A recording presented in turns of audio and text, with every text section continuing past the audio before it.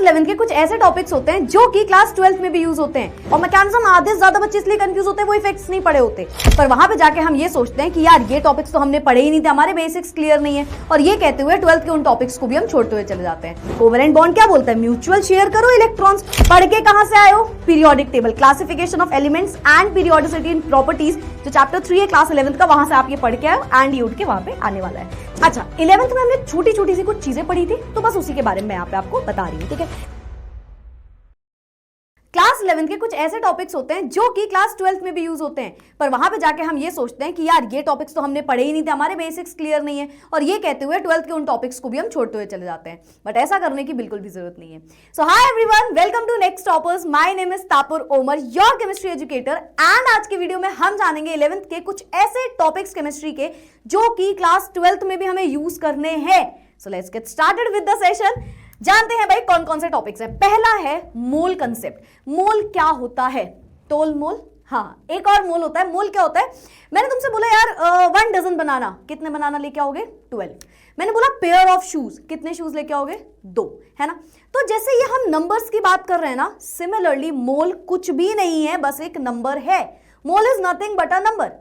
तो अगर मैंने आपसे बोला कि 1 मोल कोई चीज लेके आओ, मतलब मैंने बोल दिया 1 मोल शूज लेके आओ, तो तुम कितने शूज लेके आओगे? 1 मोल बनाना लेके आओ तो कितने बनाना लाओगे? 1 मोल चॉकलेट लेके आओ तो कितने मोल लेके आओगे? तो मेरे ख्याल से तुम समझ गए हो। तो एक मोल हम यहाँ पे निकालते हैं, तो mole is nothing but a number where 1 mole is equals to एक नंबर के बराबर होता है, जो कि होता है 6.02 इंटू 10 की पावर 23। ठीक है, 6.022 इंटू 10 टू दी पावर 23।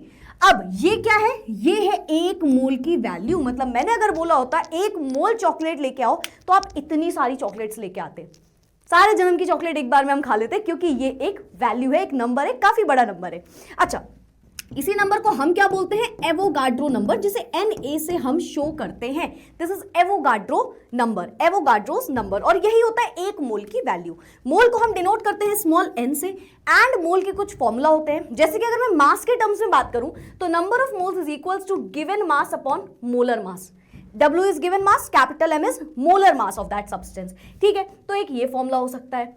अगर मैं वॉल्यूम के टर्म्स में बात करूं, तो number of moles is equals to जो भी गिवन वॉल्यूम हो, जो भी गिवन वॉल्यूम हो, डिवाइडेड बाय 22.4 लीटर्स, अगर एसटीपी कंडीशन है, स्टैंडर्ड टेम्परेचर प्रेशर लेके चल रहे हो तो। ठीक है, कई बार इन दोनों को जोड़ के एक फॉर्मूला होता है ना। हो सकता है मास देके वॉल्यूम पूछ दे, वॉल्यूम पूछ के मास दे दे, तो इक्वलाइज कर देना। नंबर ऑफ मोल्स क्या होता है? Given mass upon molar mass, and साथ ही साथ given volume upon 22.4 litre.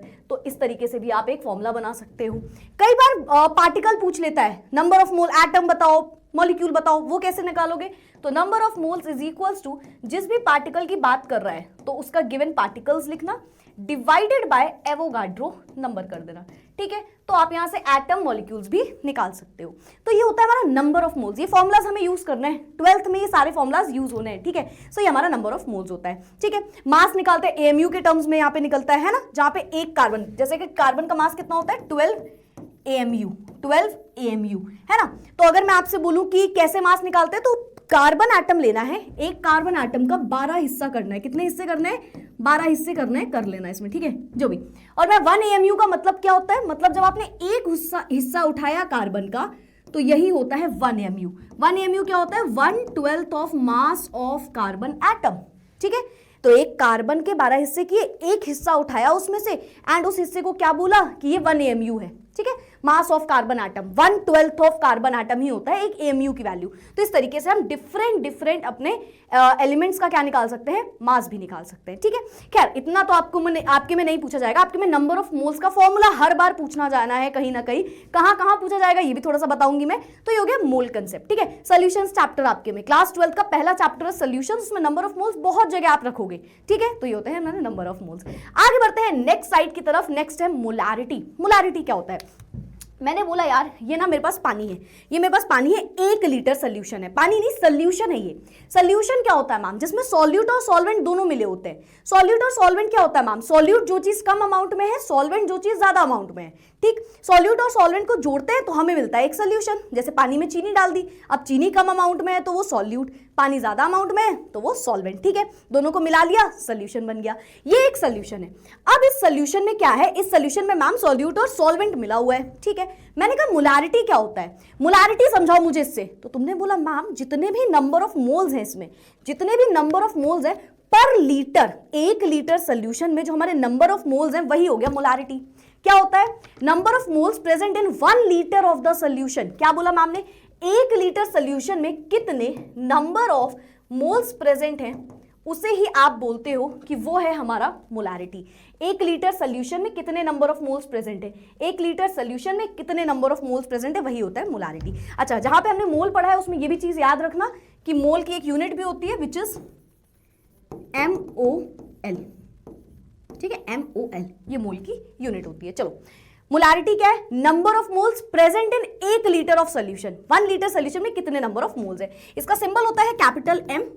Formula क्या होगा, number of moles present in 1 litre of solution, यानी कि वॉल्यूम रख रहे हैं हम नीचे, वॉल्यूम रख रहे हैं in litre, number of solute particles divided by volume of solution in litre. ये सब तुमने 11th में पढ़ा हुआ है एंड ये एज इट इज उठ के क्लास 12th में भी आपको पढ़ना है। ठीक है, number of moles of solute present in 1 litre of the solution that is known as molarity. इसकी अगर हम यूनिट की बात करें तो यूनिट क्या होगी, मोल पर लीटर, एंड इसी को आप कैपिटल M से डिनोट करोगे। ठीक है, तो ये हो गया हमारा मोलारिटी। बोलो मोलारिटी क्लियर है, आगे बढ़ते हैं। इसी के जैसा मिलता जुलता इसका एक भाई है विच इज मोलालिटी। ये क्या होता है, सिमिलरली सोल्यूशन है हमारे पास, अब वो 1 किलोग्राम के टर्म्स में कितने नंबर ऑफ मोल्स मैंने इस सोल्यूशन में डाले हैं पर किलोग्राम, दैट इज मोलालिटी। तो हम वापस से समझाओ, नंबर ऑफ मोल्स, हमने इसमें कुछ नंबर ऑफ मोल्स दिए, number of moles present in, number of moles of solute present in 1 kilogram of the solvent, 1 kilogram of the solvent। अब ये बड़ा इंपॉर्टेंट है, यहां पे सोल्यूशन ना होते हैं हम सॉल्वेंट को देखते हैं, तो मोलालिटी को स्मॉल m से डिनोट करते हैं। क्या होता है इसकी यूनिट, इसका formula small m is equals to जो भी नंबर ऑफ मोल्स है सॉल्यूट के divided by volume of solution in litre, तो वो मोलारिटी हो गया मैम। तो मोलालिटी क्या होता है, क्या डिफरेंस होता है, number of moles present in 1 kilogram of solvent. क्या हो गया, 1 किलोग्राम, यानी कि मास लिख रहे हो आप नीचे, मास ऑफ सॉल्वेंट जिसे आप रखोगे in kilograms, this is molality. Very important, mass of solvent, ना कि सोल्यूशन, ना कि सोल्यूशन, डायरेक्ट पूछा जाएगा। ठीक है, तो मोलालिटी का ये डिफरेंस होता है। यहाँ पे क्या है, नंबर ऑफ मोल्स ऊपर है न्यूमरेटर में, बट नीचे क्या है, मास है, और किसका मास है, मास ऑफ सॉल्वेंट, ना कि solution, mass of solvent in kilograms. ही हो गया हमारा मोलालिटी। अच्छा, यूनिट क्या होगी, यूनिट क्या होगी, मोल पर केजी, या जिसे आप स्मॉल m से ही लिखोगे तो ये इसकी यूनिट हो गई। क्या हमें समझ में आ गया 3 कंसेप्ट? चलो आगे बढ़ते हैं, सब पढ़ा हुआ है तुमने 11th में। मोल फ्रैक्शन क्या होता है, फ्रैक्शन समझते हो किसी चीज का, है ना। तो मान लो मैंने बोला मोल फ्रैक्शन, ठीक है, सेम सोल्यूशन है, एक चीज ए है, एक चीज बी है, ठीक है, एक ए के पार्टिकल्स है, एक बी के पार्टिकल्स है, ठीक है मैम। तो मैंने तुमसे बोला इसमें मोल फ्रैक्शन बताओ, तो तुम मोल फ्रैक्शन को डिनोट करते हो काई से, काई, इसको कई जगह जीटा लिखा रहता है, कई जगह ईटा लिखा रहता है, ठीक है, तो दिस इज काई, ठीक है, या जीटा बोलो कुछ भी। तो जीटा होता क्या है, अगर मैंने बोला मोल फ्रैक्शन ऑफ ए बताओ, ए के कितना मोल फ्रैक्शन है, तो तुम बोलोगे जितने भी ए के नंबर ऑफ मोल्स है मैम, उसको डिवाइड कर दो जितने टोटल नंबर ऑफ मोल्स हो, जितने भी टोटल नंबर ऑफ मोल्स हो। यानी कि अगर मैं इसकी वैल्यू की बात करूंगी तो ए के number of moles divided by A के number of moles divided by A के number of moles plus B के नंबर ऑफ मोल्स, ये हो जाएगा मोल फ्रैक्शन ऑफ ए। यानी कि जिसका हमें फ्रैक्शन निकालना है, फ्रैक्शन यानी कि एक न्यूमरेटर और एक डिनोमिनेटर होगा, ठीक है। तो नीचे क्या रखेंगे, टोटल नंबर ऑफ मोल्स, और ऊपर क्या रखेंगे, जिसके भी मोल फ्रैक्शन निकालना है। मतलब अगर मैं तुमसे बोल दूं मोल फ्रैक्शन ऑफ बी बताओ, मोल फ्रैक्शन ऑफ बी बताओ, तो तुम बोलोगे मैम बी के जितने नंबर ऑफ मोल्स हो डिवाइडेड बाय टोटल, यानी कि ए और बी के जो टोटल नंबर ऑफ मोल्स हो, ये होता है मोल फ्रैक्शन। क्या होता है, मोल फ्रैक्शन। अच्छा, इसकी यूनिट क्या होगी मैम, यूनिट क्या होगी इसकी, it has no unit, no unit. क्यों मैम, यूनिट क्यों नहीं है इसकी, because it is the ratio of 2 similar quantities. ठीक है, कमेंट में बताना जरूर इनमें से कौन कौन से टॉपिक थे जो तुमको बहुत अच्छे से आते थे, जिसमें सब कुछ आता था जो मैं बता रही हूँ, और तुम बहुत अच्छे से याद भी था। ठीक है, सारे तो तुम मत बोलना, ठीक है, क्योंकि तुम सारे मत ही बोलना, क्योंकि जब तुमसे कोई सुनता है, जब एग्जाम में आता है तब तो तुम गलत लिख के आ जाते हो, तो सारे मत बोलना, ठीक है। कौन सा टॉपिक है जो आपको लगता है कि यार ये तो बहुत अच्छे से आता था, ठीक है, या कौन सा ऐसा टॉपिक है जो आपको लगता है तो बिल्कुल भी नहीं आता था। सो यस, तो ये होता है मोल फ्रैक्शन। जिसके भी मोल फ्रैक्शन निकालना होता है हम उसके मोल्स ऊपर रखते हैं, टोटल नंबर ऑफ मोल्स नीचे रखते हैं। अच्छा, कभी अगर हम सम निकालेंगे इसके mole fraction of A plus mole fraction of B का, तो वो हमेशा यूनिटी यानी कि 1 के बराबर आता है ना। जो मोल फ्रैक्शन निकाला है ना डिफरेंट का, उसी का सम निकालोगे तो वो 1 के बराबर आ जाएगा। आगे बढ़ते हैं, नेक्स्ट हमारे पास एक पीरियोडिक टेबल है। बेसिक नॉलेज के लिए मैंने इसको लगा लिया है, अदरवाइज आपको थोड़ी थोड़ी बातें पता होंगी, ठीक है। D and F block chapter होगा आपके क्लास 12th में, जिसमें डी ब्लॉक और एफ ब्लॉक ही केवल पढ़ना है ऑफ कोर्स, ठीक है।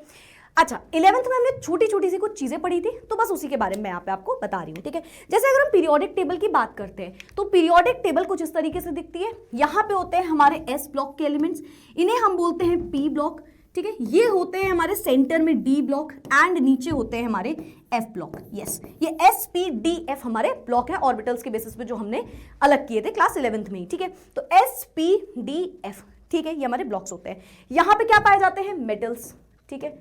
ये क्या होते हैं? मेटल्स। ये क्या होते हैं? यहाँ पे नॉन मेटल्स आने लगता है। कुछ मेटलॉइड्स भी पाए जाते हैं, कुछ हमारे पास मेटलॉइड्स भी पाए जाते हैं जिनमें मेटल नॉन मेटल दोनों का बिहेवियर होता है।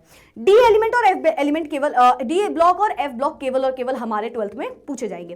डी ब्लॉक को हम बोलते हैं ट्रांजिशन एलिमेंट्स, क्योंकि यहाँ पे मेटल से नॉन मेटल की तरफ ट्रांजिशन चेंज दिख रहा है हमें, तो दैट इज ट्रांजिशन एलिमेंट। नीचे हम बोलते हैं inner transition element. What is inner transition element? Transition के अंदर आने वाले एलिमेंट्स मतलब मैम, है ना। यस, एग्जैक्ट इसका यही मतलब होता है। बट ये ट्रांजिशन के अंदर आते हैं और इसका क्या लेना देना है, तो देखना दो चीजें होती हैं, एक होता है लैंथनम, एक होता है हमारे पास लैंथनम एंड एक होता है हमारे पास एक्टिनम, ठीक है। एक सेकेंड रुको रुको रुको, यहां पे आता है हमारे पास एक लैंथनम एंड एक आता है हमारे पास एक्टिनम, ठीक है। तो जो लैंथनम होता है उसके अंदर क्या होते हैं? 14 लैंथेनॉइड्स। एक्टिनम के अंदर क्या होते हैं? 14 एक्टिनॉइड्स। लैंथेनम के अंदर 14 लैंथेनॉइड्स, एक्टिनम के अंदर 14 एक्टिनॉइड्स, ठीक है। इधर पे पाया जाता है, इधर पे, यहाँ पे जहाँ पे ल्यूटीशियम लिखा है और लॉरेंशियम लिखा है, वो क्यों लिखा है मैम? वो एक्चुअली नीचे पाया जाता है। ये लैंथेनम और एक्टिनम इसमें नीचे लिखा हुआ है। लैंथेनम यहाँ पे होता है, एक्टिनम यहाँ पे होता है, ठीक है। उसमें डायरेक्टली 71 से दिखाया गया। तुम कंफ्यूज नहीं हो ना, मैं तुमको समझाती हूँ। देखो मैं समझाती हूँ। यहाँ पे क्या हुआ हमारा? यहाँ पे आ गया 56 एलिमेंट, मतलब एटॉमिक नंबर 56। 57 किसका होता है? लैंथेनम का। वहां बैठा होता है लैंथेनम और यहाँ पे बैठा होता है एक्टिनम, ठीक है। लैंथेनम के अंदर पाए जाते हैं 14 लैंथेनॉइड्स, जिसे उठा के नीचे एफ ब्लॉक में रखा जाता है। एक्टिनम के अंदर पाए जाते हैं 14 एक्टिनॉइड्स, जिन्हें उठा के हमें अगेन नीचे रखना होता है। क्यों मैम नीचे रखते हैं? ऊपर ही रख देते हैं ना। ऐसा इसलिए क्योंकि उसकी प्रॉपर्टी, जो 14 लैंथेनॉइड्स और 14 एक्टिनॉइड्स है, उनकी प्रॉपर्टी डिफरेंट होती है हमारे डी ब्लॉक एलिमेंट से। तो इन एलिमेंट्स को हम डी ब्लॉक में ना रखते हुए एफ ब्लॉक में रख देते हैं, क्योंकि इनकी प्रॉपर्टीज डिफरेंट है, ठीक है। तो इस तरीके से 14 एलिमेंट्स होते हैं, ठीक है। अच्छा, एक तो ये प्रॉपर्टी हो गई। साथ ही साथ आपको मैं बता दूं कि लैंथेनम के अंदर जो 14 लैंथेनॉइड्स पाए जाते हैं, एक्टिनम के अंदर 14 एक्टिनॉइड्स पाए जाते हैं, ये एफ ब्लॉक में है, तो इन्हें इनर ट्रांजिशन एलिमेंट ही हम बोलते हैं, ठीक है। अब ये होता है आपके आता है electronic configuration. Electronic configuration D and F block की तो पूछी ही जाएगी, तो वैसे जनरली तो आपको वहीं पे समझना है। थोड़ा सा बेसिक अगर आप जानना चाहो तो जान सकते हो। अगर मैं डी ब्लॉक एलिमेंट्स की इलेक्ट्रॉनिक की कॉन्फ़िगरेशन की बात करूं तो वो क्या होता है? n-1 d 1 to 10 ns 1 to 2, ठीक है। n-1 d का मतलब क्या होता है? इन अपनी एक होती है वैलेंस शेल, है ना। वैलेंस शेल की जो अंदर वाली शेल होती है, कौन सी शेल? वैलेंस शेल के जो अंदर वाली शेल होती है, जिसे हम बोलते हैं पेनल्टीमेट शेल, वो होती है n-1 d। तो पहले ns में इलेक्ट्रॉन जाएगा, s में 1 से 2 इलेक्ट्रॉन जा सकते हैं, फिर n-1 d में जाएगा, जिसमें 1 से 10 इलेक्ट्रॉन जा सकते हैं, ठीक है। सिमिलरली हमारे आते हैं f ब्लॉक एंड देन जाते हैं इलेक्ट्रॉन्स f ब्लॉक में, ठीक है, जिसमें आता है अपना n-2 f 1 to 14 इलेक्ट्रॉन जा सकते हैं f में। देन n-1 d, इसमें जाएगा 0 to 1 इलेक्ट्रॉन। देन आता है हमारा ns 1 to 2 इलेक्ट्रॉन। इस तरीके से इसकी इलेक्ट्रॉनिक कॉन्फ़िगरेशन होती है, ठीक है। तो ये दो हमारी इलेक्ट्रॉनिक कॉन्फ़िगरेशंस हो गई।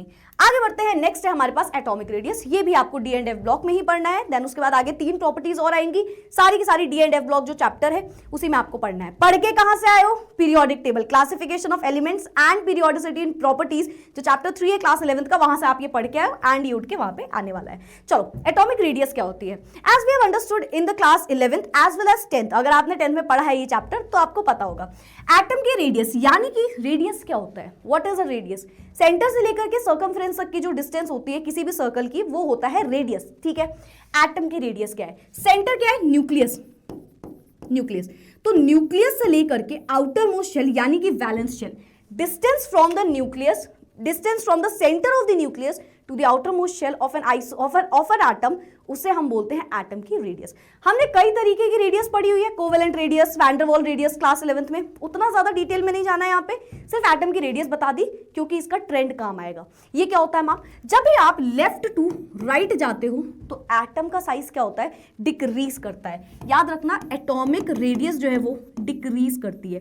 क्यों डिक्रीज करती है मैम, रीजन बताना है, चलो बता देती हूँ। रीजन की अगर हम बात करें, सब मतलब ही बच्चा है ना, सारी चीजों का मतलब पूछना है तुमको। चलो अगर हम रीजन की बात करें, रीजन क्या होता है, क्योंकि यहाँ पे न्यूक्लियर चार्ज जो होता है वो इंक्रीज करता है, और न्यूक्लियर चार्ज मतलब न्यूक्लियस अपनी तरफ इलेक्ट्रॉन को खींच रहा होता है, तो एटम का साइज आगे जाते जाते जाते जाते कम होता जाता है। ठीक है, न्यूक्लियस इलेक्ट्रॉन को अपनी तरफ खींच रहा होता है, न्यूक्लियर चार्ज बढ़ता है और वो आगे जाते जाते एटॉमिक का साइज जो है वो थोड़ा सा कम होता जाता है। ठीक है, इसी का ऑपोजिट होता है, अगर हम टॉप टू बॉटम जाएंगे तो एटॉमिक रेडियस जो है वो इंक्रीज करेगी। क्या करेगी, इंक्रीज करेगी। ठीक है, इसका रीजन क्या है, रीजन क्या है मैम, न्यूक्लियर चार्ज कम होगा नहीं, नंबर ऑफ शेल्स इंक्रीज करेंगी, नंबर ऑफ शेल्स जो है वो इंक्रीज करती है। ठीक है, तो ये इसका रीजन होता है दोनों का। इसी के साथ साथ दो चीजें और आती है, एक होता है लैंथेनॉइड कॉन्ट्रैक्शन,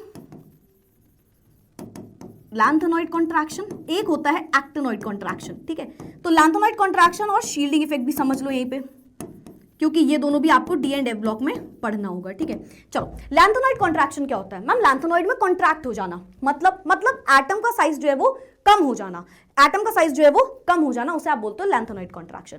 तो क्योंकि सबसे खराब शील्डिंग इफेक्ट जो होता है, पुअर शील्डिंग इफेक्ट होता है, पुअर शील्डिंग इफेक्ट होता है एफ ब्लॉक एलिमेंट का। एफ ब्लॉक का सबसे खराब शील्डिंग, एफ ब्लॉक के जो एलिमेंट है ना, जो इलेक्ट्रॉन्स है वो शील्ड नहीं कर पाते, वो शील्ड नहीं कर पाते। शील्डिंग इफेक्ट होता क्या है मैम, ये अपने इलेक्ट्रॉन बैठे हुए हैं, ये क्या बैठे हुए हैं मैम, ये इलेक्ट्रॉन बैठे हुए हैं। ठीक है, यहाँ पे भी इलेक्ट्रॉन है। अब इस इलेक्ट्रॉन को, ये जो इस वाले शेल के इलेक्ट्रॉन है, इसको बाहर के शेल के इलेक्ट्रॉन्स को जो है अंदर नहीं आने देना है, तो ये इलेक्ट्रॉन में क्या हो रहा होता है, रिपल्शन हो रहा होता है। क्या हो रहा होता है, रिपल्शन हो रहा होता है। अंदर की शेल के इलेक्ट्रॉन शील्ड बन के बैठे हुए हैं और बाहर की शेल के इलेक्ट्रॉन को अंदर नहीं आने दे रहे। मैम अंदर क्यों आना चाहते हैं बाहर की शेल के इलेक्ट्रॉन, क्योंकि सेंटर में न्यूक्लियस है, उसके पास अट्रैक्शन हो रहा होगा, है ना, तो खींच रहे होंगे। तो बीच में सेंटर में क्या है, न्यूक्लियस है, और सामने हमारे इलेक्ट्रॉन बैठे हैं जो शील्ड कर रहे हैं, अंदर शेल के इलेक्ट्रॉन वो शील्ड कर रहे हैं, और जो वैलेंस शेल के इलेक्ट्रॉन है वो अंदर नहीं आ पा रहे। तो जो सबसे खराब शील्ड करेंगे उनके बाहर के इलेक्ट्रॉन्स अंदर आ सकते हैं, तो वहां पे क्या होता है, एटम का साइज डिक्रीज हो जाता है। तो एक सडन डिक्रीज देखने को हमें मिलता है, उसे ही आप बोलते हो लैंथेनॉइड कॉन्ट्रैक्शन। ज्यादा समझ में नहीं आया, टेंशन नहीं लो, ऑफ कोर्स आपको डी एंड एफ ब्लॉक में डिटेल में समझना है ये चीज। ठीक है, बट मैंने आपको एक ओवरव्यू दिया कि शील्डिंग इफेक्ट सबसे खराब एफ ब्लॉक का होता है, देन डी ब्लॉक का, then P block and then S block. इस तरीके से होता है लैंथेनॉइड कॉन्ट्रैक्शन, यानी कि एटम के साइज में एक सडन डिक्रीज आ जाना। ठीक है, जो कि लैंथेनॉइड्स में ही आता है और एक्टिनॉइड्स में आता है। ठीक है, कुछ एलिमेंट्स तक आगे बढ़ते हैं। Next is ionization energy. ये क्या होता है मैम, थोड़ा थोड़ा तो समझ में आया। आयनाइजेशन एनर्जी क्या होता है, डिटेल में समझो। देखो एक एटम है, ठीक है, एटम में इलेक्ट्रॉन्स होते हैं, ठीक है मैम, समझ गए। अगर मुझे किसी इलेक्ट्रॉन को बाहर निकालना है, यहाँ पे एक इलेक्ट्रॉन बैठा हुआ है, ये इलेक्ट्रॉन वैलेंस शेल का, मैंने बोला इसको ना मुझे बाहर निकालना है, तो कैसे निकालोगे, कुछ एनर्जी दोगे। ऐसा तो है नहीं मैंने इलेक्ट्रॉन को देखा, मैंने उसे इतना देखा, इतना देखा, इतना देखा कि उससे मैम इलेक्ट्रॉन ही बाहर आ गया। नहीं, ऐसा नहीं होता। ये कोई मूवी नहीं चल रही है कि हमने इलेक्ट्रॉन को घूरा और इलेक्ट्रॉन बाहर आ गया, ऐसा नहीं होता। तो हमें इलेक्ट्रॉन को बाहर निकालना है, हमें कुछ एनर्जी देनी होगी। ठीक है, तो जितनी भी अमाउंट ऑफ एनर्जी रिक्वायर्ड होगी एक एटम को ताकि हम उससे एक इलेक्ट्रॉन को बाहर खींच पाए, उसे ही हम बोलते हैं उसकी आयनाइजेशन एनर्जी। वापस से इंग्लिश में ma'am, it is the amount of energy required to remove an electron from the outermost shell of an isolated gaseous atom. क्या बोला मैम ने, it is the amount of energy required to remove an electron from the outermost shell। जितनी भी energy required है ताकि हम बाहर निकाल पाए एक इलेक्ट्रॉन को from an isolated gaseous atom. Ma'am इन तीनों टर्म्स का मतलब समझाओ। आइसोलेटेड क्या होता है, कहते हैं कोरोना में अपने आप को आइसोलेट कर दिया, बंद कर लिया, है ना, दैट इज आइसोलेट, अकेलेपन में रहना, है ना। सिमिलरली यहाँ पे करते हैं, एक एटम से अगर मुझे इलेक्ट्रॉन निकालना है तो अगर वो किसी के साथ है तो हम उससे इलेक्ट्रॉन नहीं निकाल पाएंगे। NaCl बन चुका है एक बॉन्ड, अब मैं बोलूं Na अपना इलेक्ट्रॉन दे दो, वो बोलेगा पागल हो क्या, वो बोलेगा ना। Na क्या बोलेगा, ना, जो उसका नाम है ना। थोड़े थोड़े से जोक्स हो जाते हैं बीच में। चलो, तो Na बोलेगा नहीं भाई मैं तो अपना इलेक्ट्रॉन नहीं दे पाऊंगा, मैं क्लोरीन के साथ बॉन्डिंग बनाया हुआ हूं, है ना, मैंने उसको दिया हुआ इलेक्ट्रॉन। तो इस तरीके से होता है। तो एटम को आइसोलेट करके गैसियस स्टेट में लेके जाया जाता है, तब उससे हम इलेक्ट्रॉन निकालते हैं। ठीक है, ताकि उसके आसपास कोई भी अट्रैक्शन उस टाइम पे ना हो। तो क्या होता है, it is the amount of energy required to remove an electron from the outermost shell of an isolated gaseous atom. ठीक है मैम, समझ गए। इसका ट्रेंड भी याद रखना है हमें। ट्रेंड क्या होता है इसका, ट्रेंड की अगर मैं बात करूं तो जब मैं लेफ्ट टू राइट जा रही होती हूं, सोचो लेफ्ट टू राइट क्या होता है, एटम का साइज डिक्रीज करता है, साइज छोटा होता जा रहा है, छोटा होता जा रहा है, यानी कि जो बचे हुए इलेक्ट्रॉन है वो पास है न्यूक्लियस के, जो न्यूक्लियस के पास है उससे इलेक्ट्रॉन निकालना बड़ा मुश्किल है मैम, बड़ा मुश्किल है उससे इलेक्ट्रॉन निकालना, तो वहां पे जाते जाते हमें ज्यादा एनर्जी देनी पड़ेगी। तो अगर मैं बात करूं लेफ्ट टू राइट तो जो आयनाइजेशन एनर्जी होती है वो इंक्रीज करती है। ठीक है, कोई बोले क्या रीजन है तो बोलना भाई क्योंकि मैम ने बोला है, नहीं नहीं नहीं नहीं बताती हूँ रीजन। इसका रीजन क्या है तो बोलना क्योंकि यहाँ पे एटम का जो साइज है, एटम का जो साइज है, एटम की जो रेडियस है जिसे आप बोलते हो वो कम हो रहा होता है, जिसकी वजह से न्यूक्लियस का अट्रैक्शन बढ़ रहा होता है। ठीक है, तो इस वजह से हमें आयनाइजेशन एनर्जी ज्यादा देनी पड़ेगी। टॉप टू बॉटम की अगर मैं बात करूं इसी जगह, जब मैं ऊपर से नीचे आ रही होंगी एटम में तो वहां पे क्या होगा, एटम का साइज बढ़ता जा रहा है। सोचो जितना बड़ा एटम, इलेक्ट्रॉन और न्यूक्लियस इतने दूर आपस में आसानी से इलेक्ट्रॉन निकाल सकते हैं, तो थोड़ी एनर्जी देनी पड़ेगी। तो हम बोलेंगे यहाँ पे आयनाइजेशन एनर्जी जो है, जो आयनाइजेशन एनर्जी है वो डिक्रीज करती है। कोई बोलेगा रीजन तो बोलना एटॉमिक साइज इंक्रीज कर रहा है, या तो ये बोल देना या तो बोलना नंबर ऑफ शेल बढ़ रही है, तो distance from nucleus two electron बढ़ती जा रही है, तो हम इलेक्ट्रॉन आसानी से निकाल सकते हैं। This is ionization energy. अब आयनाइजेशन एनर्जी का भी एक भाई होता है, वो होता है इलेक्ट्रॉन एफिनिटी। ये क्या होता है मैम, मुझे इलेक्ट्रॉन निकालना था, सोचो मुझे, मैं इसी तरीके से समझाती हूँ, इसी तरीके से समझना भी है। जब मुझे इलेक्ट्रॉन निकालना था तो मैंने कुछ एनर्जी दी, क्या बोला मैम ने, मुझे इलेक्ट्रॉन को बाहर निकालना था, है ना, तो मैंने कुछ एनर्जी दी, इलेक्ट्रॉन बाहर निकल गया, मैंने कुछ एनर्जी दी, इलेक्ट्रॉन बाहर निकल गया। अब ऑपोजिट करना है, मैंने बोला इलेक्ट्रॉन बाहर है उसको यहाँ पे लाना है, तो तुम बोलोगे फिर मैम कुछ एनर्जी निकलेगी, बस यही है electron affinity. Amount of energy released, ये एनर्जी थी, amount of energy released when an atom in a gaseous state accepts an electron. वापस से मैम, इलेक्ट्रॉन क्या हुआ था, एनर्जी दी थी, इलेक्ट्रॉन निकला था। अब की इलेक्ट्रॉन को आना है तो एनर्जी निकलेगी, यही एक दूसरे के ऑपोजिट प्रोसेस है। तो इलेक्ट्रॉन एफिनिटी क्या होता है, it is the amount of energy released, energy इस बार बाहर निकलेगी when an atom in a gaseous state, isolated gaseous state में होगा, एक्सेप्ट्स एन इलेक्ट्रॉन, इलेक्ट्रॉन को एक्सेप्ट कर रहा होगा। अभी समझे दोनों में क्या डिफरेंस है। और अगर ट्रेंड की बात करें तो वो सेम है, ट्रेंड तो सेम होगा ना यार। सोचो एटम का साइज बड़ा है, एटम का साइज बड़ा है, इलेक्ट्रॉन को देना मुश्किल है ना, एटम का जब साइज बड़ा है तब इलेक्ट्रॉन को देने में कैसी एनर्जी लग रही होगी, और साइज छोटा है तब कैसी लग रही होगी, तो वो आयनाइजेशन एनर्जी के बराबर ही है। तो अगर मैं ट्रेंड की बात करूं तो लेफ्ट टू राइट जब हम जाते हैं, ये डी एंड एफ ब्लॉक में आपको बात करनी है, खैर जिसमें कई एक्सेप्शंस भी आएंगे, बट आपको जनरल नॉलेज होनी चाहिए इसकी, ठीक है, जनरल बेसिक जो नॉलेज है इसकी वो आपको पता होनी चाहिए। तो जब हम लेफ्ट टू राइट जाते हैं तो इलेक्ट्रॉन एफिनिटी जो होती है वो सिमिलरली इंक्रीज करती है ना, सिमिलरली ये इंक्रीज करती है। एंड जब मैं टॉप टू बॉटम आऊंगी तो सिमिलरली इलेक्ट्रॉन एफिनिटी जो है वो डिक्रीज करेगी, क्या करेगी, कम होगी। ट्रेंड जो है एटॉमिक रेडियस को छोड़ के, आयनाइजेशन एनर्जी की बात करो, नॉन मेटालिक कैरेक्टर की बात करो, चाहे आप बात करो अपनी इलेक्ट्रॉन एफिनिटी की, इन सबका इलेक्ट्रोनेगेटिविटी सबका ट्रेंड सेम रहता है, ठीक है, बस एटॉमिक रेडियस जो था उसका चेंज होता है। देखो लेफ्ट टू राइट इंक्रीज करेगी, लेफ्ट टू राइट इंक्रीज करेगी, टॉप टू बॉटम डिक्रीज करेगी, टॉप टू बॉटम डिक्रीज करेगी, तो ये ट्रेंड हो गया, ठीक है। मीनिंग समझ में आया दोनों ही एनर्जीज का। चलो आगे बढ़ते हैं। नेक्स्ट हमारे पास इलेक्ट्रॉन नेगेटिविटी। दो एटम थे, आपस में बोला चलो कोवेलेंट बॉन्ड बनाते हैं, यानी कि शेयरिंग करते हैं, ठीक है कर लेते हैं, दूसरे ने बोला ठीक है कर लेते हैं, तुम बोल रहे हो तो। अब एक हाइड्रोजन है हमारे पास, एक फ्लोरीन है, फ्लोरीन ने बोला सुनो ना चलो हम लोग बॉन्ड बनाते हैं आपस में। उसने बोला क्यों, मैं क्यों बनाऊं, उसने बोला यार तुम भी स्टेबल हो जाओगे ना।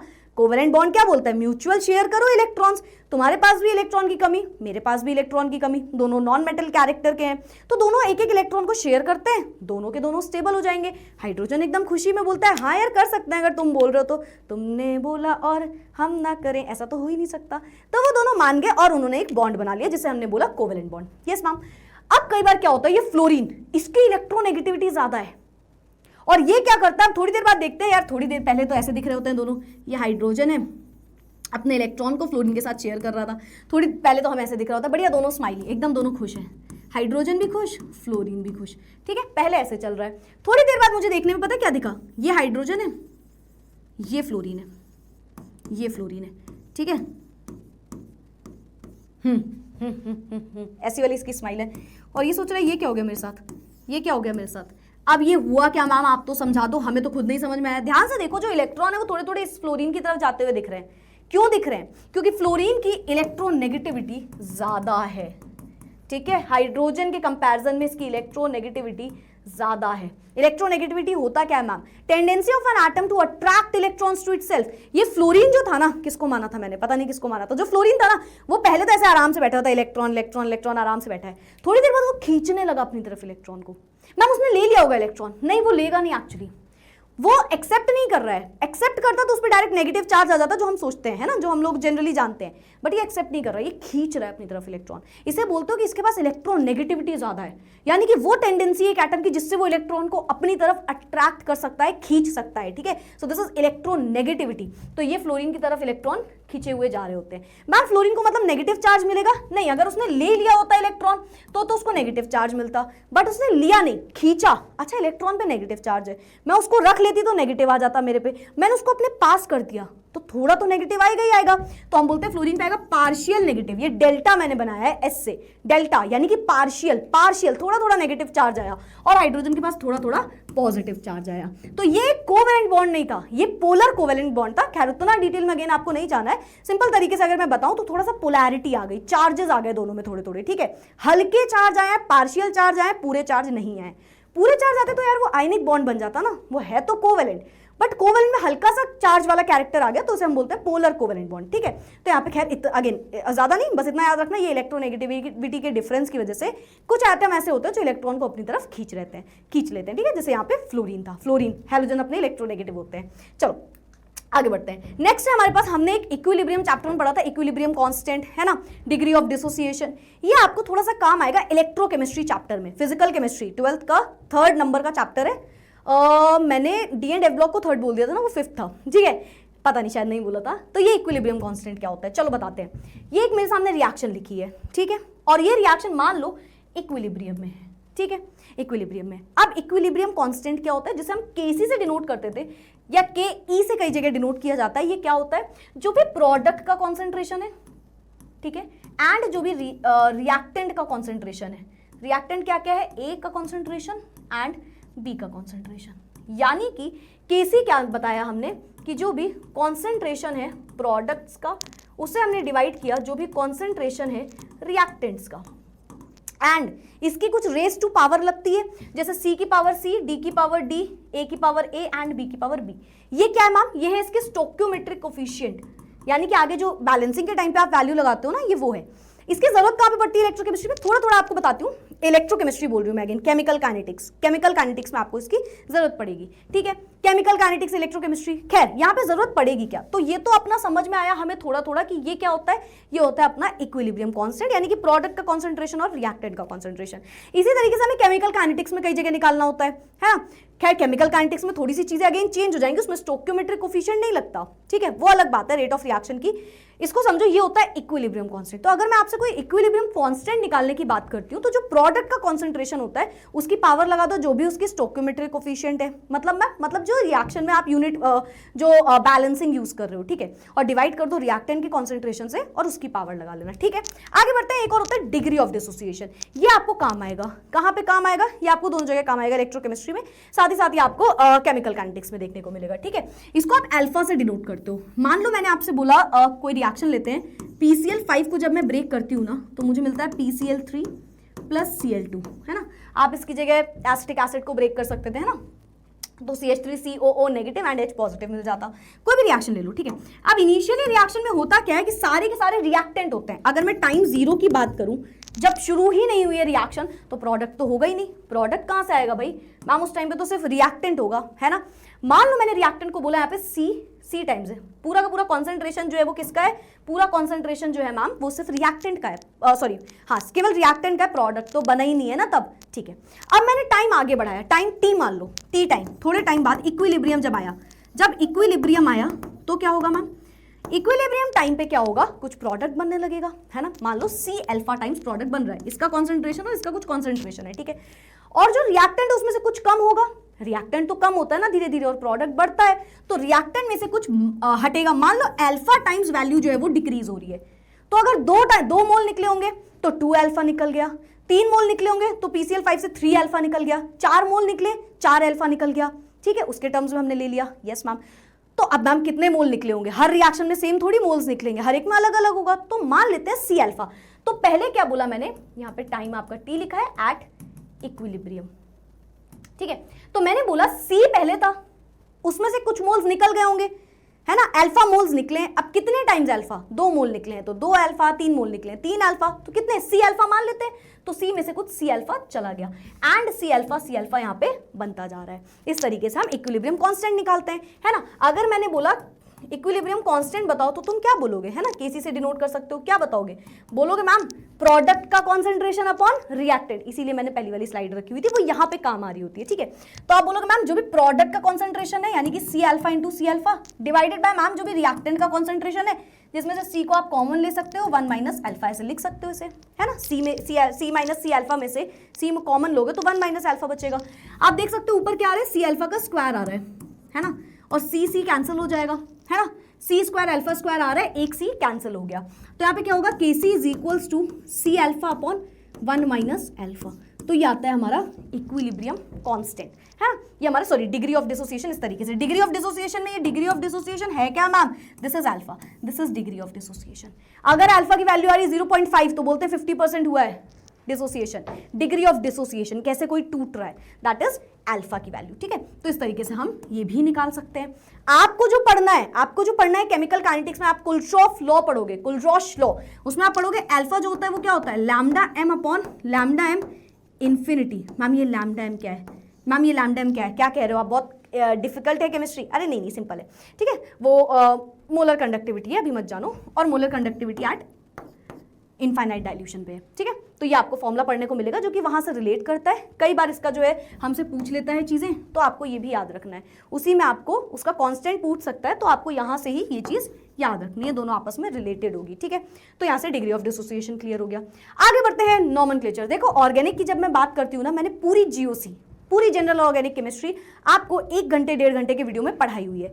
बहुत डिटेल में जानना है क्योंकि ऑर्गेनिक तो यार एज इट इज उठ के आएगी, तो पूरा चैप्टर हम यहाँ पे नहीं समझेंगे, कुछ इंपॉर्टेंट पॉइंट्स पढ़ लेते हैं। पूरा चैप्टर अगर आपको पढ़ना तो यार वो 1 घंटे की वीडियो देखना, A to Z उसमें सारी चीजें 12th में आ जाएगी, बट जितनी इंपॉर्टेंट है हम यहाँ पे उसको रखे हुए हैं, ठीक है। तो अब देखो हमने नॉमेनक्लेचर IUPAC सिस्टम पढ़ा हुआ है, यहाँ पे ट्राइवियल सिस्टम भी इक्वली इंपॉर्टेंट होता है। जब आप 12th में पढ़ते हो ना तो ये बहुत ज्यादा इंपॉर्टेंट है, दिमाग में हर एक की इमेज बैठा लेना। क्या बोल रहे हो मैम आप, समझाती हूँ। जब आप 12th की केमिस्ट्री पढ़ोगे ना तो आपको बोलेगा टॉलिन से रिएक्शन हो रही है या टॉलिन फॉर्म करके दिखाओ, ठीक है, एनिजोल बना के दिखाओ, ठीक है, आपको बोल देगा कि क्रिसोल बना के दिखाओ, आपको तो ये नाम ही नहीं पता, तो ये क्या है, ये ट्राइवियल सिस्टम है जिन्हें हमें लर्न करना पड़ता है, ठीक है, जो कि किसी रूल से नहीं बनते, इनका सिंपल फॉर्मूले के बेस पे ही लर्न करना होता है। जैसे ये हमारा बेंजीन होता है ना, बेंजीन क्या होता है, C6H6, ठीक है, और हर एक कार्बन को छोड़ के ऑल्टरनेटिंग कार्बन पे क्या लगा होता है, डबल बॉन्ड लगा होता है, ठीक है। अगर इसी बेंजीन पे डायरेक्टली मैंने NH2 लगा दिया तो इसे हम बोलते हैं एनिलीन, डायरेक्टली मैंने CH3 लगा दिया बेंजीन से, हम बोलेंगे टॉलिन। डायरेक्टली वर्ड यूज कर रही हूं, अगर उसके अलावा कुछ है तो ये नाम नहीं होगा। अगर डायरेक्टली OH लगा दिया बेंजीन से बोलोगे फिनॉल, अगर मैंने इससे लगा दिया CONH2 तो आप इसे बोलोगे बेंजामाइड। क्या बोलोगे, बेंजामाइड, ठीक है, benzamide, this is not that important, ठीक है। बेंजीन से CHO लगा दिया, एल्डिहाइड वाला ग्रुप, बेंजल्डिहाइड। बेंजीन से COOH लगा दिया, कार्बोक्सिलिक एसिड वाला ग्रुप, तो बेंजोइक एसिड बोलोगे। बेंजीन से COCH3 लगा दिया, क्या हो जाएगा, एसिटोफिनोन, ठीक है। बेंजीन से OCH3 लगा दिया, एनेजोल, COCH3 लगाया एसिटोफिनोन, OCH3 लगाया एनेजोल, ठीक है। बेंजीन से CN ग्रुप लगा दिया, बेंजोनाइट्राइल, ठीक है। बेंजीन से SO3H लगा दिया, बेंजीन सल्फोनिक एसिड, ठीक है। एंड इस तरीके से आपके ये नाम लिखे हैं, ठीक है। ये कुछ इंपॉर्टेंट नाम होते हैं। सिमिलरली एक और होता है क्रिसोल, क्या होता है, बेंजीन से नाम लिया था तो याद भी कर लो, बेंजीन से CH3, अब बेंजीन से CH3 लगाया तो टॉलिन बोलते हैं, और फिनॉल यानी कि बेंजीन पे OH लगाया उससे CH3 लगा दिया तो उसे क्या बोलोगे, उसे बोलोगे क्रिसोल, उसे क्या बोलोगे, क्रिसोल, अगेन इंपॉर्टेंट, ठीक है। जो बेंजीन होता है, जो बेंजीन रिंग होती है उसके ये वाली पोजीशन होती है ऑर्थो पोजीशन, ठीक है, ये होती है मेटा पोजीशन, एंड जो सेंटर में पोजीशन होती है वो पैरा पोजीशन। ऐसे लगे होते हैं ऑर्थो पोजीशन, ठीक है, ये होता है मेटा और नीचे होता है पैरा, है ना, पढ़ा हुआ था हमने 11th में। तो क्या होता है यहाँ पे, अगर मैंने ऑर्थो पोजीशन पे Cl लगा, ब्रोमीन लगा दिया तो नाम हो जाएगा ऑर्थो ब्रोमोबेंजीन, ठीक है। पैरा पे लगा दिया तो para bromobenzene and so on, ठीक है। इस तरीके से नाम हो सकते हैं, दो लगे तो डायब्रोमो एंड ट्राइब्रोमो, वैसे लिख दोगे आप। तो ये कुछ नाम होते हैं जो आपको 12th में एज इट इज यूज करने होते हैं, 11th में भी ये नाम लिखे होते हैं। हम कई बार 11th में इसको इग्नोर करते हुए चलते हैं, ज्यादा नाम नहीं याद करते हैं क्योंकि वहां पे इतना नहीं पूछा जाता, बट 12th में अगर इसके बिना जाओगे तो आप कभी भी ऑर्गेनिक नहीं कर पाओगे, दिस इज वेरी इंपॉर्टेंट। आगे बढ़ते हैं। IUPAC सिस्टम तो फिर अपना है ही, International Union of Pure and Applied chemistry.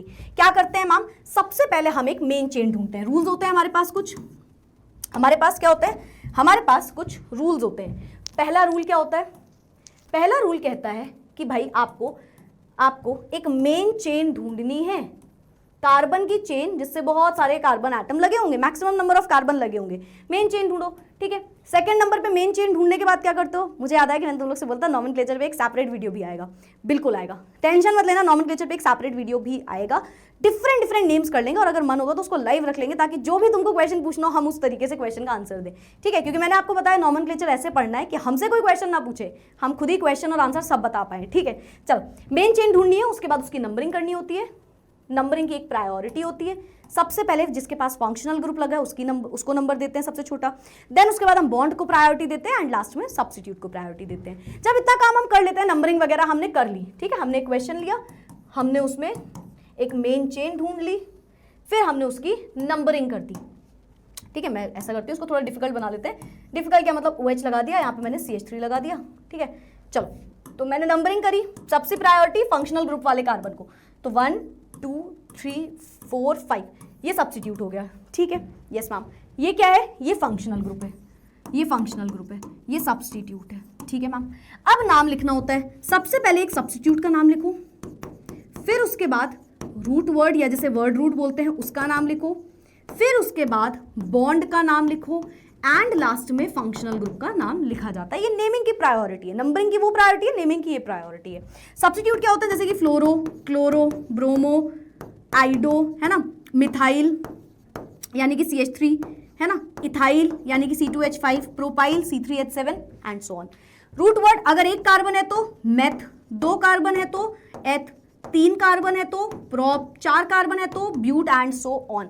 Bond, single bond है तो एन, डबल बॉन्ड है तो इन, ट्रिपल बॉन्ड है तो आइन, ये हमारे बॉन्ड हो गए। फंक्शनल ग्रुप OH लगा है तो ऑल, CHO लगा है तो अल, CO लगा है तो ओन, COOH लगा है तो ओइक एसिड, ठीक है, ओइक एसिड, ठीक है। COC लगा है तो ईथर, COO या R लिख लो, RCOOR लगा है तो ईस्टर। इस तरीके से हमारे फंक्शनल ग्रुप होते हैं, ठीक है। ये हमारे कुछ फंक्शनल ग्रुप है, ये बेसिक है जो आपको 12th में काम आने वाला है, ठीक है। चलो जैसे मैं इसका नाम लिखूं सबसे पहले, अच्छा ये सारी चीजें आप कैसे लिखते हो, विद पोजिशन, यानी कि सब्स्टिट्यूट पहले पे लगा है तो 1 पे लिखना 1 मिथाइल, है ना, 2 पे लगा है 2 मिथाइल, रूट वर्ड को छोड़ के सबकी पोजीशन लिखी जाती है, ये भी याद रखना।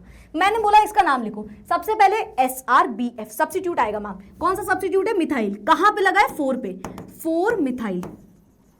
सब में कार्बन में हाइड्रोजन फिल करने हैं, ठीक है, हाइड्रोजन हमेशा फिल कर लिया करो खुद से, ठीक है। हाइड्रोजन क्या होते हैं यार, एक कार्बन में 4 बॉन्ड बना सकता है, तो बचे हुए बॉन्ड में हर जगह हाइड्रोजन लगा देना, ठीक है। जैसे मैं बोलूँ इसका नाम बताओ, तो 4 पे मिथाइल लगा है, फिर रूट वर्ड लिखो, टोटल मेन चेन में 5 कार्बन है मैम, पेंट, ठीक है, रूट वर्ड मतलब मेन चेन के कार्बन एटम। देन बॉन्ड लिखो, सभी में सिंगल बॉन्ड है एन, ठीक है।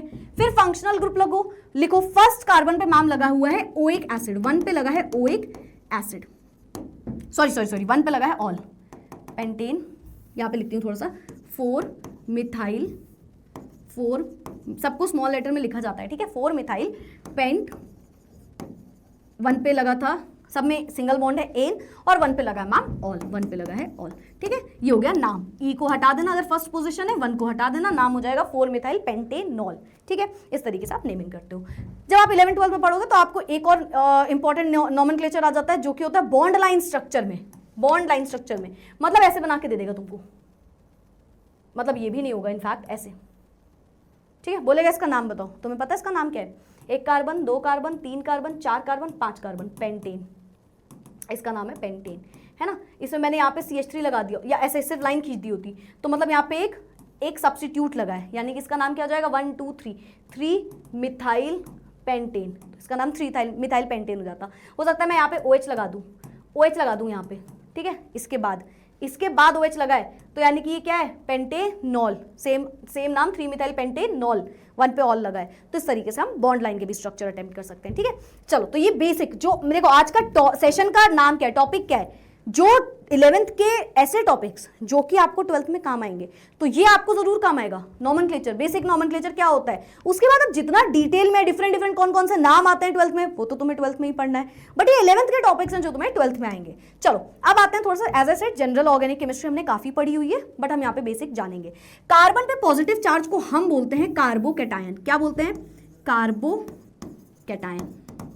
इसमें नेगेटिव है कार्ब एनायन, ठीक है, जिसमें कुछ भी नहीं है, एक इलेक्ट्रॉन है, उसे क्या बोलते हो? कार्बीन, ठीक है। तो ये हमारे नाम हो गए। कार्बन ने अगर एक इलेक्ट्रॉन कार्बन से किसी ने ले लिया तो कार्बन पे पॉजिटिव चार्ज आता है, तो carbocation, carbocation, then carbon and then carbene.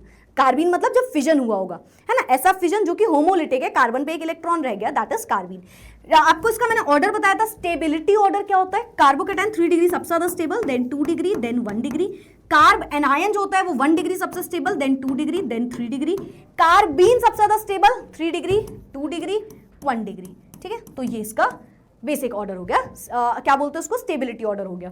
तो याद रखना, कार्बोकैटायन और जो अपना कार्बीन है उनका सेम स्टेबिलिटी ऑर्डर होता है, एंड कार्बो एनायन का जो होता है वो ऑपोजिट होता है स्टेबिलिटी ऑर्डर, ठीक है। अच्छा, न्यूक्लियोफाइल, इलेक्ट्रोफाइल हमें पता है। न्यूक्लियोफाइल यानी कि जो न्यूक्लियस का लवर हो। न्यूक्लियस का लवर कौन होगा?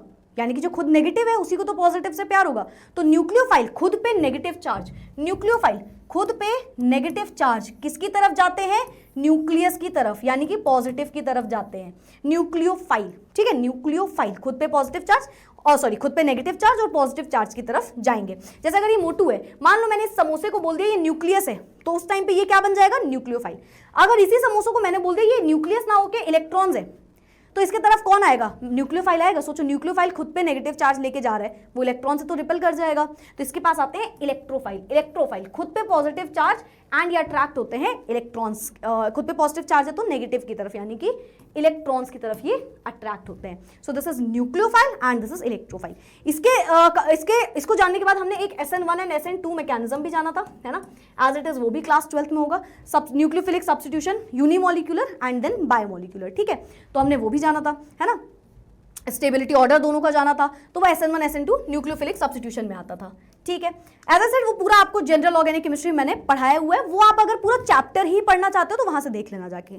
अगर आपको पूरा चैप्टर पढ़ना है, you can take the help from that particular video. बाकी हम यहाँ पे बेसिक जानेंगे, जो हर चीज बेसिक तरीके से है, वहां पे जाके 12th में भूल जाते हैं, हम वो पढ़ने आए हैं आज, ठीक है। चलो, एक मार्कोनिकॉफ रूल होता है, वो भी एज इट इज वहां पे आता है। ये होता क्या है? मान लो मैंने एक ऐसा ग्रुप लगा दिया कार्बन का, ठीक है, यहाँ पे हाइड्रोजन फिल कर लेना, 2 हाइड्रोजन, 1 हाइड्रोजन, 3 हाइड्रोजन, ठीक है। अब मैंने बोला ये मार्कोनिकॉफ रूल होता क्या है मैम, है ना, हमने हाइड्रोकार्बन चैप्टर में पढ़ा था ये, और ये हर जगह यहाँ पे भी काम आने वाला है। तो मार्कोनिकॉफ रूल होता क्या है? मान लो मैंने इसकी रिएक्शन कराई एक HX से, HX मतलब ये एक हैलोजन है, मान लो मैंने HCl ले लिया, ठीक है, तो एक पे पॉजिटिव एक पे नेगेटिव।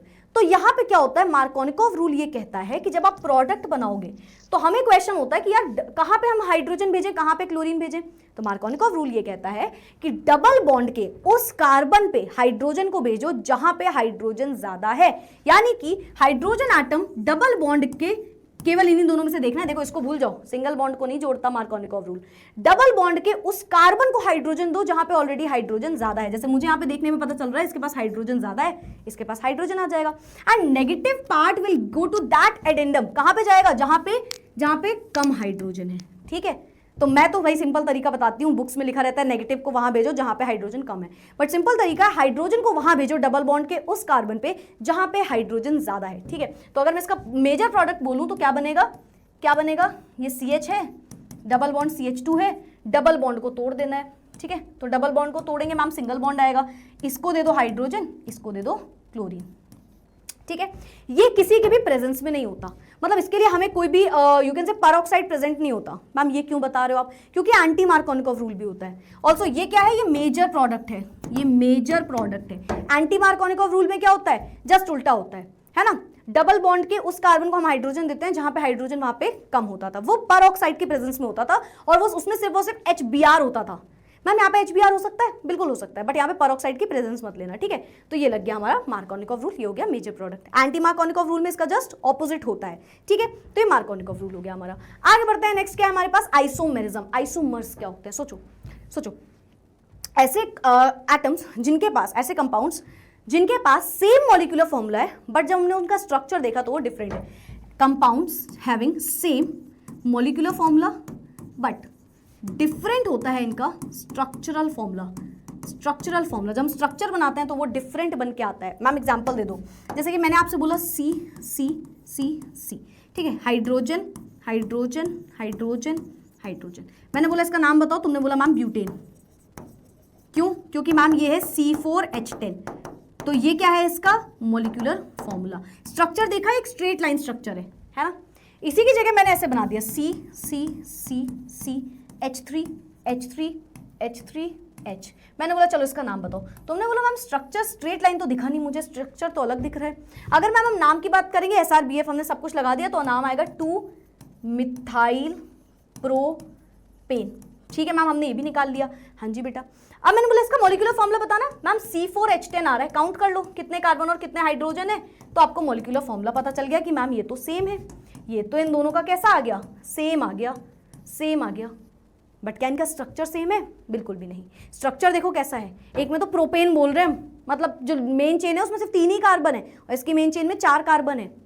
तो जब हम स्ट्रक्चर देख रहे हैं तो डिफरेंट आ रहा है, बट जब हम उसका मॉलिक्यूलर फॉर्मूला देख रहे हैं तो सेम आ रहा है। जैसे हम जब ब्यूटेन की बात करते हैं, जो हमने एग्जाम्पल भी लिया हुआ है, तो ब्यूटेन के 2 आइसोमर्स होते हैं, पेंटेन के 3 आइसोमर्स होते हैं, है ना।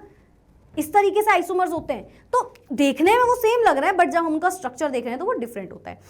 सिमिलरली आइसोमेरिज्म भी 2 टाइप का होता है। अच्छा, इस पूरे प्रोसेस को क्या बोलते हैं? आइसोमेरिज्म। ये आइसोमर्स है एक दूसरे के, एंड इस प्रोसेस को आप बोलते हो कि ये जो पूरा हुआ है दैट इज आइसोमेरिज्म। ठीक है मैम।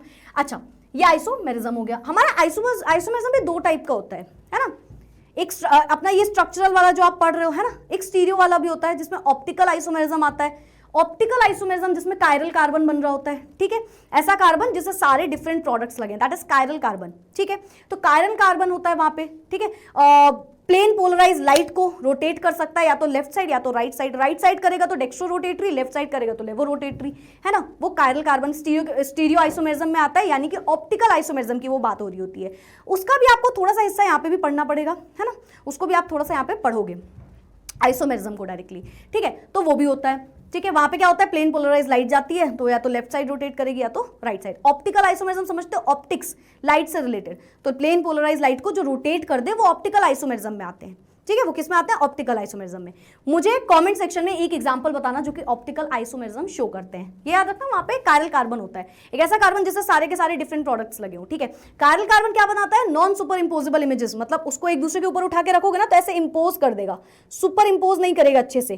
कुछ ग्रुप्स होंगे जो कि एक के ऊपर एक लगे होंगे डिफरेंट तरीके से, that is non superimposable images. ठीक है, तो दैट इज ऑप्टिकल, अपना ऑप्टिकल आइसोमेरिज्म में वो आता है, यानी कि ऐसा आइसोमेरिज्म जिसमें मॉलिक्यूलर फॉर्मूला, स्ट्रक्चरल फॉर्मूला सब सेम है, बट जब हम उनका स्पेशियल अरेंजमेंट देख रहे हैं तो वो डिफरेंट है, तो वो ऑप्टिकल आइसोमेरिज्म में आएगा। चलो नेक्स्ट स्लाइड में आते हैं। नेक्स्ट क्या हमारे पास? Inductive effect. इंडक्टिव इफेक्ट क्या होता है?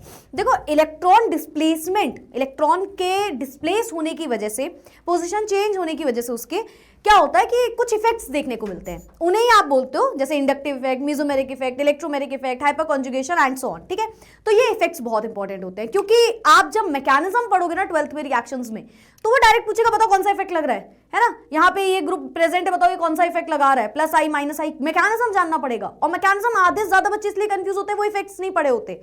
तो दिस इज वेरी इंपॉर्टेंट, बहुत ध्यान सुनना। ठीक है, चलो, तो जैसे मैंने एक एग्जांपल लगाया हुआ है यहीं पे, इंडक्टिव इफेक्ट होता क्या है? मान लो कि ये कार्बन की चेन है और इसमें हमने कोई ऐसा ग्रुप इंट्रोड्यूस किया इसमें जो कि क्या कर रहा है, इससे इलेक्ट्रॉन विड्रॉ कर रहा है, खींच रहा है, तो यहां पे एक इफेक्ट आएगा। अच्छा, ऐसा भी हो सकता था ये जो हमने ग्रुप लगाया वो इलेक्ट्रॉन दे रहा है। 2 टाइप के इंडक्टिव इफेक्ट होते हैं ना, एक होता है प्लस आई और एक होता है माइनस आई। कौन कौन से होते हैं? एक होता है हमारा प्लस आई इफेक्ट और एक होता है हमारे पास minus I effect. Plus I effect and minus I effect, यानी कि positive inductive effect and negative inductive effect. ये जो इमेज लगी है ये नेगेटिव इंडक्टिव इफेक्ट है, this is for negative inductive effect. ठीक है, पॉजिटिव क्या होता है मैं समझाऊंगी, पहले इसको समझो। मैंने क्या किया, मैंने एक कार्बन की चेन ली और उसमें एक हैलोजन इंट्रोड्यूस कर दिया। कोई ऐसा ग्रुप था जो कि इलेक्ट्रोनेगेटिव ज्यादा था। अब तो आप समझ ही गए, tendency of an atom to attract electrons to itself. ठीक है, तो ये इलेक्ट्रॉन विड्रॉ करने वाला ग्रुप है, यानी कि ऐसा ग्रुप जो इलेक्ट्रॉन्स को अपनी तरफ खींच रहा है, तो इसमें लगेगा नेगेटिव इंडक्टिव इफेक्ट। अगर कोई ऐसा ग्रुप प्रेजेंट है जो कि कार्बन की चेन से इलेक्ट्रॉन खींच रहा है अपनी तरफ, वो देता है माइनस आई इफेक्ट। क्या देता है? माइनस आई इफेक्ट देता है। इसकी वजह से क्या होगा, इस पे हल्का हल्का नेगेटिव चार्ज आता जाएगा, है ना, पार्शियल हल्का हल्का, है ना, और इस पे थोड़ा थोड़ा पॉजिटिव, इसके बगल वाले पे थोड़ा और कम पॉजिटिव, है ना, और बगल वाले पे और भी कम पॉजिटिव, है ना। तो इस तरीके से ये हमारा इंडक्टिव इफेक्ट होता है। क्या बोलते हैं इसे, माइनस आई इफेक्ट।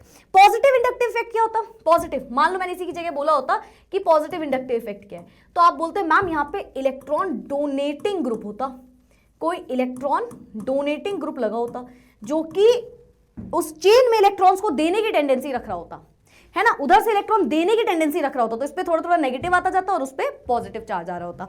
तो ये होता है माइनस आई और प्लस आई इफेक्ट, ठीक है। ये परमानेंट इफेक्ट होता है, दिस इज परमानेंट, है ना, परमानेंट इफेक्ट होता है ये, ठीक है। तो ये हमारा इंडक्टिव इफेक्ट हो गया। इसी के साथ नेक्स्ट क्या होता है हमारे पास, नेक्स्ट होता है इलेक्ट्रोमेरिक इफेक्ट। ये कैसा होता है, ये परमानेंट नहीं होता, टेम्पोररी होता है, temporary effect. This effect is temporary, थोड़े टाइम के लिए होता है। कब तक के लिए होता है बताते हैं। ये अपना इलेक्ट्रोमैग्नेटिक इफेक्ट में क्या होता है, देखो यहाँ पे ना एक डबल, ये डबल बॉन्ड वाले, डबल मल्टीपल बॉन्ड्स होने चाहिए बेसिकली, है ना। अगर मैंने आपसे बोला इलेक्ट्रोमैग्नेटिक, तो ये मल्टीपल बॉन्ड्स के लिए होता है, मल्टीपल बॉन्ड्स होने चाहिए, यानी कि एक से ज्यादा बॉन्ड, ठीक है, मल्टीपल बॉन्ड्स में लगेगा अपना इलेक्ट्रोमैग्नेटिक इफेक्ट। होता क्या है इसमें, ये ना हमारे पास एक अटैकिंग स्पीशी है ना, खुद पे नेगेटिव चार्ज है और ये अटैक करने आ रहा है। नेगेटिव चार्ज है, न्यूक्लियोफाइल होगा, इलेक्ट्रोफाइल होगा, सोचो न्यूक्लियोफाइल, है ना, एक न्यूक्लियोफाइल की तरह वर्क करेगा ये, और ये क्या है, अटैक करने आ रहा है। अब अटैक करने क्यों आ रहा है मैम, क्योंकि देखो कार्बन ऑक्सीजन का बॉन्ड है, मान लो, हो सकता है कार्बन कार्बन का बॉन्ड हो, कोई फर्क नहीं पड़ता, बॉन्ड को तोड़ना है, तो बॉन्ड टूटता है जब, तो ये देखता है कि जिसके पास भी पॉजिटिव चार्ज है उस पर अटैक करने की कोशिश करेगा। कार्बन ऑक्सीजन के बॉन्ड में कार्बन के पास पॉजिटिव आएगा और ऑक्सीजन के पास नेगेटिव, क्योंकि ऑक्सीजन इज इलेक्ट्रोनेगेटिव, हाँ, तो ये खींच रहा होगा अपनी तरफ इलेक्ट्रॉन, तो इलेक्ट्रॉन इसकी तरफ शिफ्ट हो जाएंगे, बॉन्ड इस तरफ शिफ्ट हो जाएगा, बॉन्ड इस तरफ शिफ्ट होगा, इस पे हल्का सा नेगेटिव, इस पे हल्का सा पॉजिटिव, पहले है बॉन्ड शिफ्ट हो गया, उसके बाद पूरा नेगेटिव पूरा पॉजिटिव, इसने टाइम देखा और इसने जाके अटैक कर दिया, तो इसने खुद का बॉन्ड बना लिया। देखो जेड ने खुद का बॉन्ड बना लिया, उसका एक बॉन्ड तोड़ा और खुद जाके उस पर जुड़ गया, तो ये इसने बॉन्ड बना लिया। ये तो मैम हमने बहुत बार पढ़ा है, ऐसे रिएक्शंस तो मैम हम बहुत पढ़ के आए हैं ना, बिल्कुल सही बात है। बट ये इफेक्ट फिर क्या कर रहा है यहाँ पे, ये टेम्पररी इफेक्ट है। कैसे हुआ ये इस तरीके से हुआ कि जब ये बॉन्ड टूटा, जब ये बॉन्ड शिफ्ट हो रहा है, तब ये अटैक कर रहा है, तो जो चेंजेस आ रहे हैं उसे बोलते हो आप इलेक्ट्रोमेरिक इफेक्ट। अच्छा, अब यहाँ पे एक और चीज है, ये भी दो टाइप का होता है, पॉजिटिव एंड नेगेटिव। ये जो एग्जांपल लिखा है this is negative electromeric effect, ये एक नेगेटिव इलेक्ट्रोमेरिक इफेक्ट है, ठीक है। तो मैम पॉजिटिव इलेक्ट्रोमेरिक इफेक्ट समझो, पॉजिटिव कब होगा और नेगेटिव कब होगा, अगर जो अटैकिंग रिएजेंट है वो अटैक कर रहा है जिसपे उसकी तरफ इलेक्ट्रॉन शिफ्ट नहीं हो रहे, मतलब देखना ध्यान से देखना क्या बोला मैंने, इलेक्ट्रॉन कहां जा रहे थे, देखो इलेक्ट्रॉन इसके पास आ रहे हैं, जिसके पास इलेक्ट्रॉन आ रहे हैं उसके ऑपोजिट जगह पे अगर अटैक हुआ तो आप बोलते हो नेगेटिव इंडक्टिव इफेक्ट। पॉजिटिव क्या होता है, पॉजिटिव क्या होता है कि अटैक वहां पे होगा जहां पे इलेक्ट्रॉन शिफ्ट हुए हैं, जिसकी तरफ इलेक्ट्रॉन शिफ्ट हुए हैं, अगर उस पर अटैक हो गया तो आप बोलोगे वो है plus E effect, plus E effect, ठीक है। प्लस ई इफेक्ट क्या होता है कि जहां पे इलेक्ट्रॉन गया, जहां पे सॉरी जिसने अटैक किया उसी की तरफ इलेक्ट्रॉन टूटे थे आके, तो उससे आप बोलते हो वो है प्लस ई इफेक्ट, ठीक है। ऐसा हो सकता है क्या मैम, बिल्कुल हो सकता है कार्बन कार्बन का बॉन्ड दिखा रहे हो, है ना, तो जिसपे इलेक्ट्रॉन गए एक पॉजिटिव चार्ज है, उसने पॉजिटिव चार्ज वाला ग्रुप था स्पीशी, उसने जाके अटैक कर दिया, तो ये होता है plus E and minus E effect. तो ये दो इफेक्ट हो गए हमारे, ठीक है। तो जब आप मैकेनिज्म पढ़ोगे ऐसे ही होगा, जैसे मैं आपसे बोल रही हूँ कि यार एक ग्रुप लगा है बेंजीन में, वो उसको इलेक्ट्रॉन देने की कोशिश कर रहा है, या इलेक्ट्रॉन उससे खींचने की कोशिश कर रहा है, या एक कार्बन की चेन उससे इलेक्ट्रॉन खींचने की कोशिश हो रही है या देने की कोशिश हो रही है, तो प्लस आई प्लस ई माइनस ई, इस तरीके से इफेक्ट्स होते हैं, ठीक है। चलो बाकी वो जिस तरीके से मैकेनिज्म होगा उसमें जो भी रिएजेंट होगा, जो भी ग्रुप होगा, वो आपको वहीं पे जानना है, बट ऐसा होता है इसमें, ऐसा अपना मैकेनिज्म होगा, तो ये आपको यहाँ पे पता करना है। चलो आगे बढ़ते हैं, नेक्स्ट है मेसोमेरिक इफेक्ट, ठीक है। जैसे मेसोमेरिक इफेक्ट और रेजोनेंस इफेक्ट एक ही होते हैं, ठीक है। इसमें क्या होता है, पहले रेजोनेंस समझो क्या होता है। जो बेंजीन की हमारी रिंग है, हमारी जो बेंजीन की रिंग है, हमें पता है इसके पास है डीलोकलाइज्ड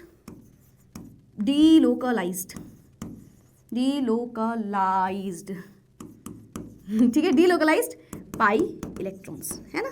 डीलोकलाइज्ड पाई इलेक्ट्रॉन्स का मैम मतलब क्या होता है, मतलब पाई इलेक्ट्रॉन जो है परमानेंट, वो कहीं ना कहीं घूमते जा रहे हैं, है ना। जैसे है क्या, हर जगह कार्बन बैठा होगा, है ना, हर जगह कॉर्नर में 6 कार्बन बैठे और हर 6 कार्बन में हर एक कार्बन से एक हाइड्रोजन लगा हुआ है, और ये पाई इलेक्ट्रॉन है, पाई बॉन्ड है ना, इसमें इलेक्ट्रॉन्स होंगे, ऑफ कोर्स ये इलेक्ट्रॉन्स होंगे अपने पास, है ना। तो यहाँ पे क्या है, ये पाई इलेक्ट्रॉन कभी इधर घूम रहा है, कभी इधर घूम रहा है, कभी इधर घूम रहा है ना। मतलब मैं दूसरा रेजोनेटिंग स्ट्रक्चर बनाऊंगी बेंजीन का, तो वो कुछ ऐसा दिख रहा है, जस्ट ऑपोजिट जगह पे बॉन्ड लगा दो, ठीक है, ऐसा दिख रहा है। फिर मैंने क्या किया, मैंने कहा यार ये यहाँ भी है, यहाँ भी, मतलब ये यहाँ अभी भी यहाँ है, यहाँ भी है, यहाँ भी है, ये कंटिन्यूसली घूम रहा है। तो मैंने एक रेजोनेटिंग फाइनल स्ट्रक्चर कैसे बना दिया, ऐसे, ये इसका फाइनल स्ट्रक्चर बन गया। मतलब इलेक्ट्रॉन हर जगह, मैंने कह दिया, मैंने कहा यार वो ना सरदर्द है हर ऑल्टरनेटिंग कार्बन पे, मैं बोल दूंगी कि हर जगह पे ही है कहीं ना कहीं पाई इलेक्ट्रॉन। तो ये मतलब क्या कर रहा है, ये डीलोकलाइज स्टेट में वो घूमता जा रहा है, तो इसको आप बोलते हो रेजोनेटिंग स्ट्रक्चर या रेजोनेट्स, है ना। जैसे आप एसिटेट का बना सकते हो, है ना, एक बार ऑक्सीजन पे नेगेटिव फिर दूसरा ऑक्सीजन पे नेगेटिव, है ना। तो इस तरीके से रेजोनेटिंग इफेक्ट लगता है, ठीक है। इसी को आप मीजोमेरिक इफेक्ट भी बोलते हो। क्या बोलते हो, मीजोमेरिक इफेक्ट।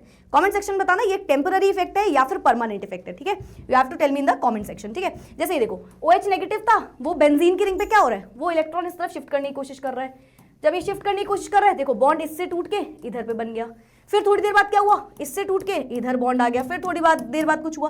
तो इस तरीके से ये इफेक्ट देखने को मिलेगा। दोनों ही एक ही तरीके से आप बोल सकते हो, ठीक है, रेजोनेंस और mesomeric effect. Last effect, last slide हमारे पास, ये क्या बोलता है, हाइपर कॉन्जुगेशन। हाइपर कॉन्जुगेशन क्या होता है, देखो एक कार्बन बैठा हुआ है, ठीक है, और ये दूसरा कार्बन बैठा हुआ है, दूसरे वाले पे पॉजिटिव चार्ज है।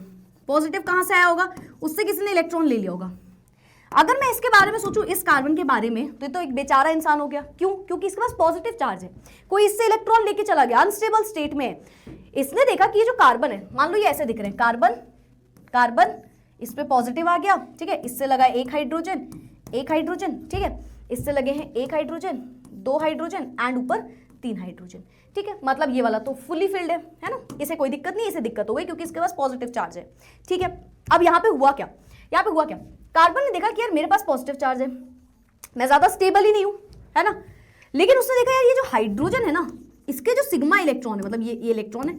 अच्छा, रेजोनेंस और ये सब में पाई इलेक्ट्रॉन थे, यहाँ पे सिग्मा इलेक्ट्रॉन्स होते हैं, यहाँ पे सिग्मा इलेक्ट्रॉन का गेम होता है पूरा, पाई नहीं, ठीक है। सिग्मा इलेक्ट्रॉन्स पार्टिसिपेट करते हैं, सिग्मा किसके, हाइड्रोजन के। तो यहाँ पे होता क्या है, हाइपर कॉन्जुगेशन होता क्या है, ये जो ऑर्बिटल है, जो ये हाइड्रोजन बैठा हुआ है, ये क्या करेगा, इसके इलेक्ट्रॉन, कार्बन बोलेगा यार सुनो, ऐसा करो यार, अपना दोस्त ही है दूसरा कार्बन भी, भाई है ना, सारे कार्बन ही तो बैठे हुए हैं, तो वो इसको इलेक्ट्रॉन यहाँ पे शिफ्ट करने की कोशिश करेगा। मतलब इन शॉर्ट अगर मैं बोलूँ तो ये क्या करेगा, ये यहाँ से थोड़ा थोड़ा बॉन्ड तोड़ने की कोशिश करेगा और वो बॉन्ड इधर पे जोड़ने की कोशिश करेगा, ठीक। तो थोड़े टाइम पीरियड के लिए, कुछ टाइम के लिए हमें ऐसा लगेगा कि ये किसी से बॉन्ड बनाया ही नहीं है, there is no bond between this hydrogen and carbon atom, क्योंकि उसने बॉन्ड उससे बनाया हुआ है। फिर थोड़े टाइम बाद क्या होगा, फिर थोड़े टाइम बाद इससे बॉन्ड तोड़ेगा, इससे बना लेगा, फिर उसके थोड़े टाइम बाद इससे बना लेगा और इससे बॉन्ड तोड़ देगा। तो एक एक बार ये जो हाइड्रोजन एक्चुअली में हो क्या रहा होता है, इसके इलेक्ट्रॉन्स उधर पे शिफ्ट हो रहे होते हैं, ठीक है। बट हम समझते कैसे इस इफेक्ट को, कि यहाँ पे क्या होता है कि हाइड्रोजन है, पहले इस कार्बन का बॉन्ड टूटा, फिर उसने उससे बॉन्ड बना लिया, है ना, क्योंकि वो बहुत देर तक उससे बॉन्ड तोड़ के नहीं रह सकता।